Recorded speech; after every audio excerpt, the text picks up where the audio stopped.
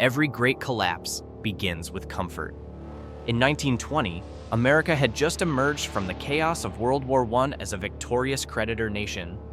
Europe was bleeding, owing billions to American banks. Factories that once produced weapons and uniforms were desperate for peacetime buyers. And in the middle of it all stood a brand new institution, the Federal Reserve, created in 1913, still experimenting with its power over the money supply. When a sharp recession hit in 1920-1921, factories shut down, unemployment spiked, and prices crashed.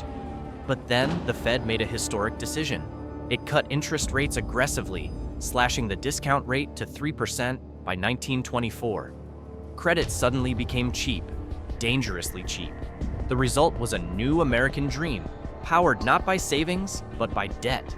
For the first time, middle-class families could buy cars, radios, and refrigerators without having the money up front. You could have it now and pay later. Installment plans replaced thrift. The culture shifted from production to consumption, from earning to borrowing, from building wealth to leveraging it.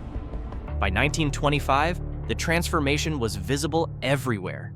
The Dow Jones Industrial Average crept steadily upward, rising from 100 to 381 in just 4 years, a 281% gain. But corporate profits only rose about 30% in the same period. The real economy grew modestly. The financial economy exploded. A growing class of Americans discovered they could borrow not just to buy goods, but to buy stocks. This was buying on margin, the era's most seductive innovation. With just $1,000, a broker would lend you $9,000 more. Suddenly, a tenfold bet on the market was within reach of anyone with a few $100s. If your stock rose 20%, you didn't earn $200, you earned $2,000. But if prices fell even 10%, your entire capital was wiped out, and you owed the broker money.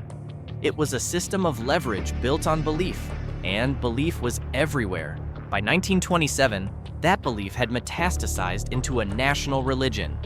Margin debt had exploded from $1 billion in 1921 to over $8 billion by 1929, equal to 8% of America's GDP. Imagine the same leverage today. It would mean $2.2 trillion in borrowed money chasing stocks. Brokers borrowed from banks, banks borrowed from other banks, and even non-bank lenders joined the chain, creating a tower of debt that reached every level of the economy. Corporations saw the frenzy and joined in. Why leave idle cash earning 3% when it could be lent overnight in the call money market at 12%, 15%, even 20%? Companies stopped focusing on production and became lenders in the casino. The Federal Reserve, watching the apparent boom, believed it was witnessing a triumph of modern capitalism. In truth, it had created the foundation of mathematical fragility. When credit becomes nearly free, human behavior changes. No one saves. Everyone borrows. Real investment slows because speculation seems easier, faster, smarter. The economy no longer grows through production. It grows through paper gains. And every dollar of borrowed optimism becomes a future obligation to sell. By the late 1920s, that obligation was everywhere, hidden in brokerage accounts, embedded in bank loans, pulsing through corporations, and invisible to the public. Newspapers praised the new prosperity. Politicians bragged that America had entered a permanent golden age. But underneath the headlines, the numbers whispered a different truth. This was stage 1, easy credit, feeding into stage 2, speculative illusion. It wasn't real growth. It was a financial hallucination built on borrowed time. And the higher it climbed, the more violent the fall would have to be. By 1928, Wall Street had become a cathedral, and leverage was its god. The new faith was simple: borrow, buy, believe. Ordinary Americans, teachers, factory workers, secretaries, opened brokerage accounts for the first time. Newspapers printed daily stock updates. Radios blared advice on sure things. Everyone knew someone who had doubled their money in a few months. The stock market wasn't seen as risky anymore. It was seen as a ticket to effortless wealth. But behind the euphoria, something monstrous was growing. The most dangerous debt pyramid in financial history. The entire system depended on margin lending, a mechanism that magnified both fortune and destruction. Investors borrowed from brokers, brokers borrowed from banks, banks borrowed from corporations, and corporations borrowed from anyone with cash. The call money market, the short-term loan engine that funded speculation, sometimes charged up to 20% interest per day. That would be insanity in a normal economy, but in a speculative mania, it made perfect sense. Why worry about a 20% loan when stocks were rising 40%, 50%, even 100% in a year? It was pure financial alchemy. Turn debt into profit, turn belief into collateral. And it worked, until it wouldn't. Then came the invention that would supercharge the bubble, the investment trust. Think of them as the mutual funds of the 1920s, except turbocharged with leverage and arrogance. An investment trust would raise, say, $10 million from investors, borrow another $5 million, and buy stocks with the combined $15 million. As prices rose, the trust shares themselves began trading at premiums far above their actual asset value. Some traded at 67% above their holdings. Investors were paying extra for the privilege of owning a leveraged portfolio. It was leverage on leverage, speculation on speculation. And then came the absurd twist. Investment trusts began buying shares of other investment trusts. Goldman Sachs Trading Corporation, the most famous example, launched in 1928, raised $100 million, and was soon followed by Shenandoah Corporation and Blue Ridge Corporation, each investing in the other like Russian nesting dolls made of debt. When prices rose, everyone looked like a genius. When they fell, the entire structure would implode like a house of mirrors collapsing in on itself. Meanwhile, corporate insiders, the people who actually understood their company's numbers, were quietly selling. Joseph Kennedy, one of the most cunning financiers of his time, liquidated his positions after realizing that even his shoeshine boy was giving him stock tips. "If the shoeshine boy is in," he later said, "it's time to get out." Bernard Baruch, an older Wall Street legend, felt the same unease. He had lived through earlier panics and recognized the smell of mania, optimism crossing into delusion. Both men didn't just sell, they shorted the market, betting on its fall. They understood what few others could see. The mathematics of leverage guaranteed a collapse. But the Federal Reserve didn't. In 1928, seeing speculation rise, it raised the discount rate from 4% to 5%, then to 6% by mid-1929, hoping to cool the frenzy. It failed spectacularly. The Fed's levers controlled the banking system, but not the shadow market of corporations and wealthy investors lending directly to brokers. Money flowed into stocks faster than ever. Wall Street's daily trading volume hit record after record.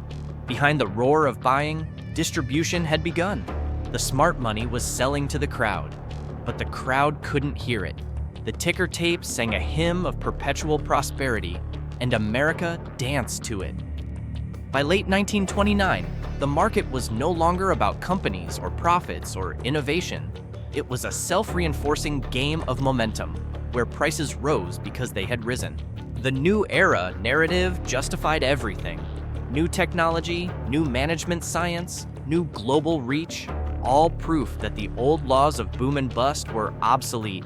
But they weren't obsolete. They were merely hidden beneath mountains of credit. What looked like progress was leverage wearing a mask of prosperity, and that mask was about to slip. The breaking point came quietly. On the surface, September 3rd, 1929, looked like triumph.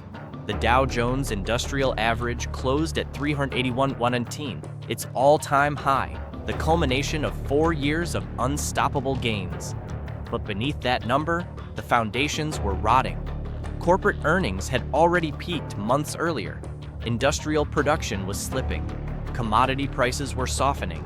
The market, detached from reality, was floating on air made of borrowed money and blind confidence. Then, in late October, the air ran out. Thursday, October 24th. Selling began at the opening bell. Not panic yet, just a strange, heavy pressure.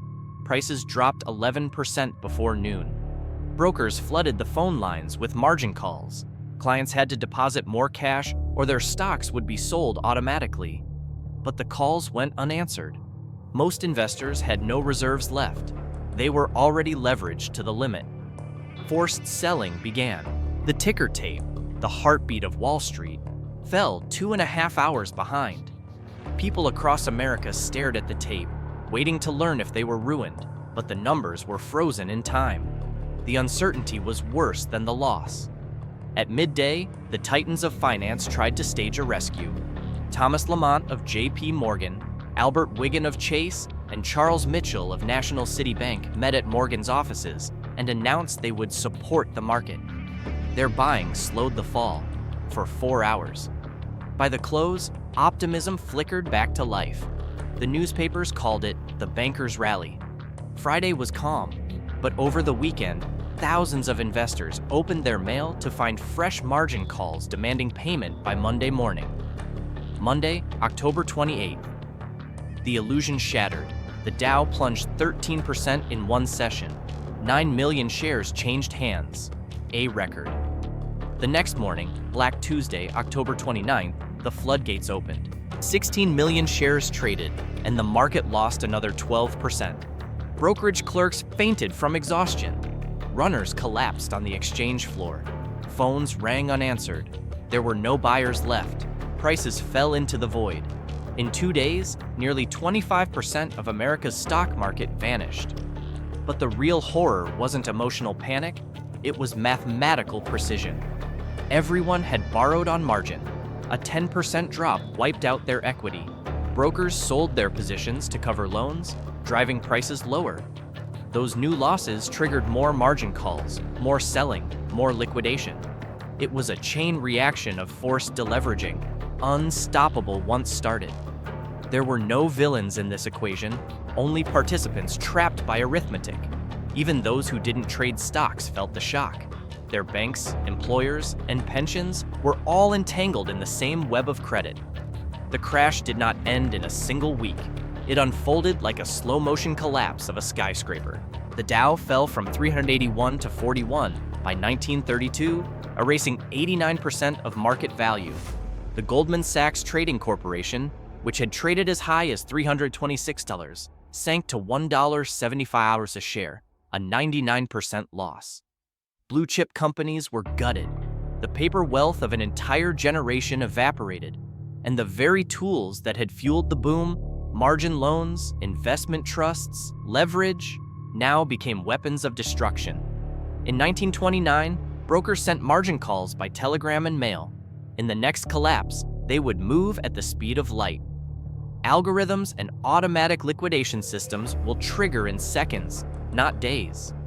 What took 3 years in the Great Depression could happen in 3 months or 3 weeks. The mathematics haven't changed, only the velocity. This was stage 5, the crack, the moment when leverage meets gravity. Every illusion built on credit collapses back into the reality of cash. And from this point forward, the damage could no longer be contained within Wall Street. It was about to infect everything. Every bank, every business, every home. The stock market crash of 1929 was not the end of the story. It was only the trigger. The real devastation came after, when the financial system began consuming itself.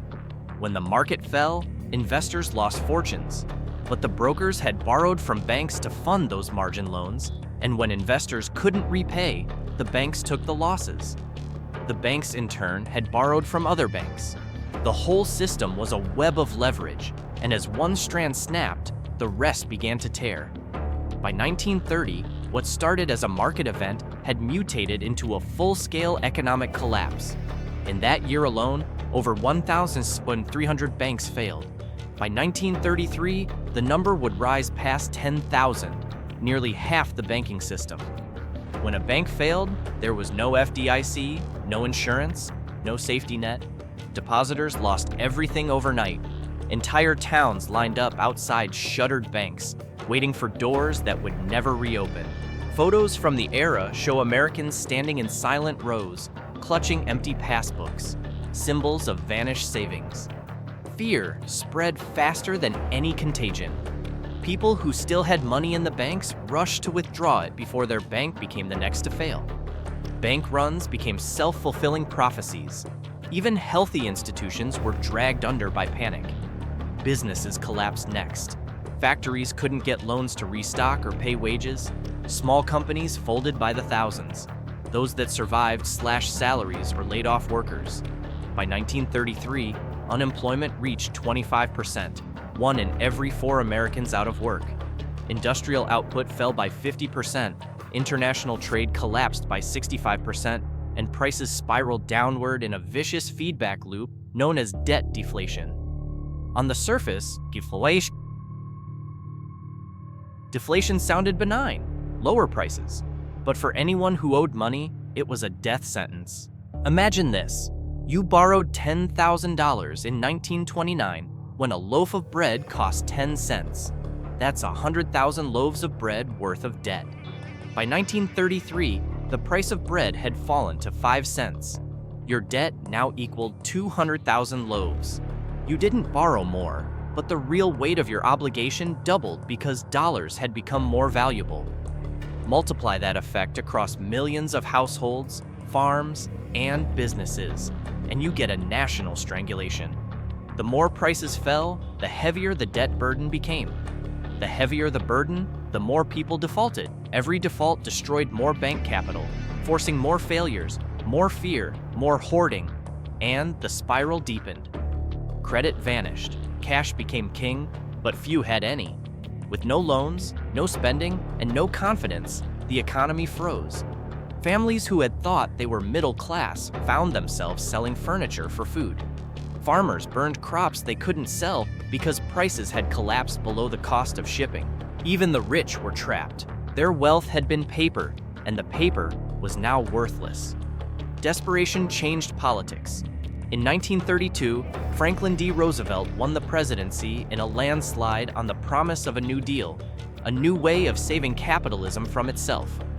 Over the next few years, the federal government created the FDIC, Social Security, unemployment insurance, and securities regulation under the SEC. These weren't philosophical experiments. They were triage, emergency surgery on a dying economy. And in 1933, Roosevelt made the most radical move of all. He took the United States off the domestic gold standard. Gold was confiscated, the dollar was devalued, and the link between paper money and precious metal was broken. It worked, slowly, painfully.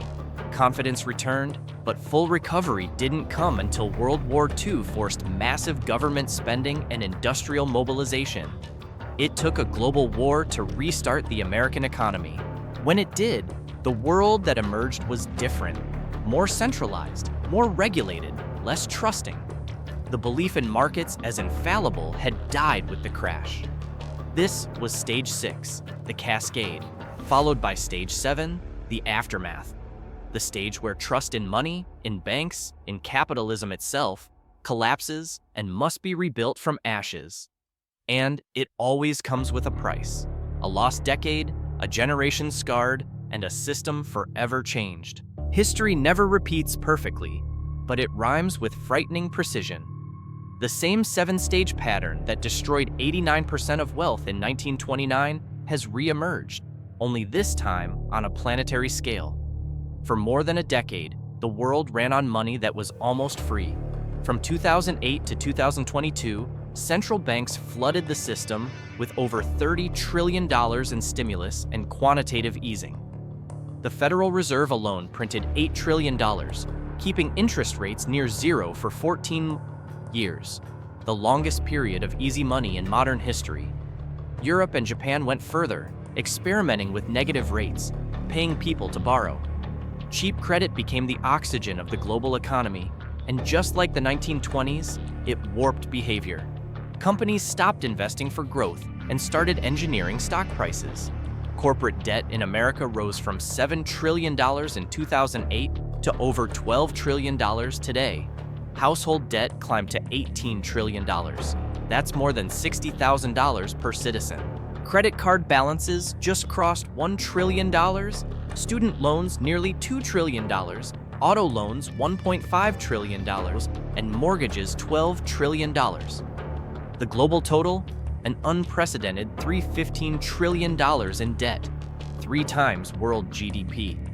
Every empire that reached this level of leverage thought it had mastered risk. Every one of them was wrong. The speculative fever that cheap money created was unlike anything seen before. Meme stocks and SPACs replaced sober investment. NFTs, digital images, sold for millions.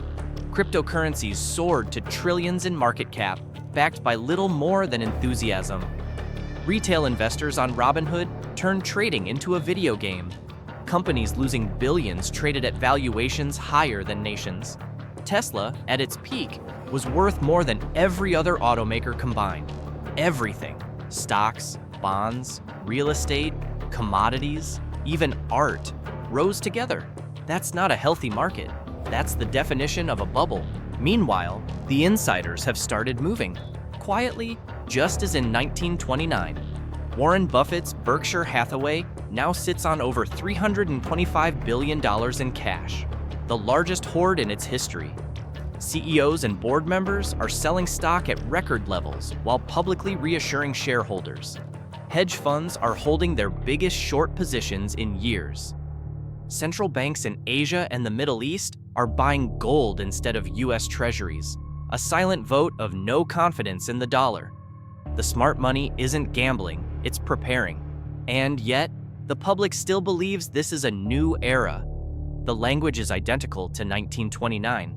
Technology has changed everything, the rules are different, artificial intelligence will rewrite economics. It's the same narrative wrapped in silicon.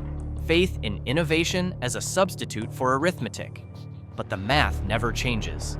When credit grows faster than income, when asset prices detach from productivity, when leverage becomes a way of life, collapse is not a possibility, it's a countdown. We are now in stage 5, the crack, the prelude to forced deleveraging. Margin debt and derivative exposure are at historic highs. Financial institutions are leveraged through options, swap agreements, and private credit networks that no regulator fully understands. The next correction won't wait for human panic, algorithms will execute it. In 1929, margin calls traveled by telegram. In 2025, they'll travel at the speed of light. Automated liquidation systems, high-frequency algorithms, and circuit breakers will fire in seconds. What once took months could now happen in minutes. If the pattern holds, stage 6, the cascade, follows as credit contracts, liquidity evaporates, and deflation bites. And stage 7, the aftermath, will rewrite politics and economics once again. None of this is prophecy, it's probability. Every reserve system built on debt eventually meets the same mathematics. What took the Dow Jones from 381 to 41 in 1929 may take today's markets from illusion to reckoning. The cycle is complete, the signs unmistakable, the arrogance identical. The only unknown is how fast it unfolds, and who, this time, will see the exit before the lights go out. Every generation believes it has outsmarted history. In the 1920s, they said industrialization made crashes impossible. In the 2000s, they said technology had ended the business cycle. And in 2025, they say central banks can print stability forever. But mathematics doesn't negotiate, and debt doesn't forgive. Every empire's prosperity ends the same way, not through invasion or ideology, but through arithmetic. The numbers always win. The 7 stages are not superstition, they are a map. Stage 1, easy credit. Stage 2, speculation. Stage 3, distribution. Stage 4, euphoria. Stage 5, the crack. Stage 6, the cascade. Stage 7, the aftermath. It has played out across 6 centuries, through the Portuguese real, Dutch guilder, British pound, and US dollar. It destroyed 89% of wealth in 1929, erased lifetimes of savings in 2008, and it's forming again right now. The scale is larger, the speed faster, the consequences global. The warning signs are flashing: record debt, record leverage, record belief that nothing can go wrong. But belief is not a hedge. What comes next is not panic. It's math-correcting fantasy. When systems built on borrowed confidence fail, they fail suddenly, brutally, and completely. And those who understand the pattern aren't prophets. They're historians who can count.